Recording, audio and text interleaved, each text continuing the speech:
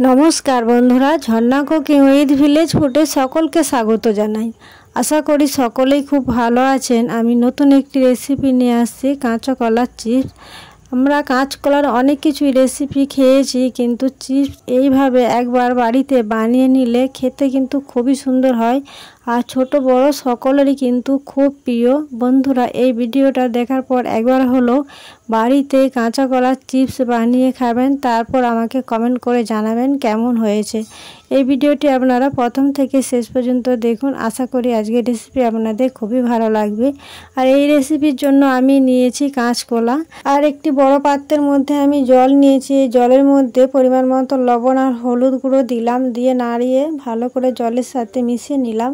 এরপর এই কাঁচকলাগুলো আমি দুদিক একটু করে কেটে নেব, দিয়ে এর মধ্যে যে খোসাটা আছে উপরের অংশটা, সেটা আমি এইভাবে ছিলে ফেলে দেব। আমি মুঠিতে করে ছিলে ফেলছি, আপনারা কিন্তু ছুরি দিয়েও কেটে ফেলতে পারেন।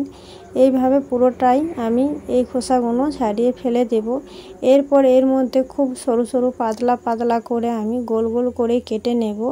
দেখুন বন্ধুরা, এইভাবে আমি গোল গোল করে সব কলাগুলোই কেটে রেডি করে নেব। আর এই যে হলুদ জল করে রেখেছি, এই হলুদ জলের মধ্যে এই কেটে রাখা কলাগুলো 30 মিনিটের মতো ভিজিয়ে রেখে দেব। আর মা কাকিমাদের মুখে শুনেছি কলা গাছের পাতা কাটলে নাকি কলার মধ্যে দানা হয়ে যায়, তাই দেখছি এখানেও কলার মধ্যে দানা হয়ে গেছে। এই দানাযুক্ত কলাগুলো আমি বেছে ফেলে দেব, কারণ ভাজার সময় ফাটতে পারে। তাই আমি কলার মধ্যে যে দানাগুলো আছে সেই কলাগুলো বেছে আমি ফেলে দেব।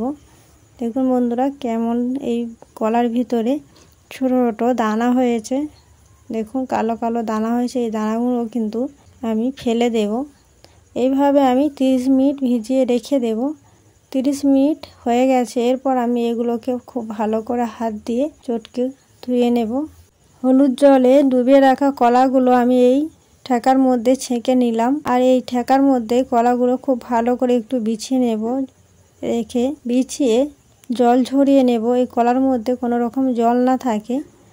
আরও আমি 10 থেকে 15 মিনিটের মতো রেখে দেব। তারপর এগুলো আমি ভেজে নেব। ভাজার জন্য আমি উনুন ধরিয়ে উনুনে কড়া বসিয়ে দিয়েছি, আর কড়া গরম হয়ে গেছে। কড়ার মধ্যে দিয়ে দিলাম পরিমাণ মতো সাদা তেল।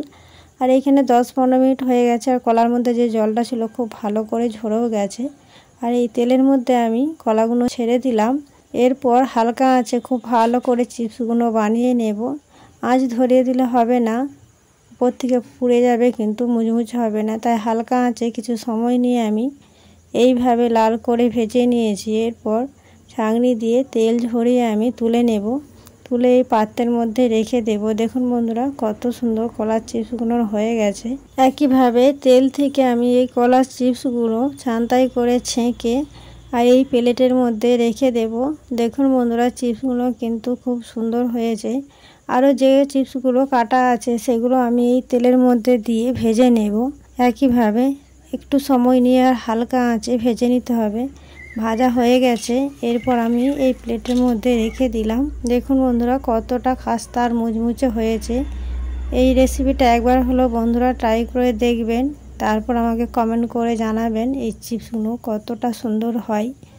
এরপর এর মধ্যে আমি কিছু মশলা দেব পরিমাণ মতো লবণ একটু অল্পই দিলাম, কেননা চিপসে খুব বেশি লবণ দিলে ভালো লাগবে না।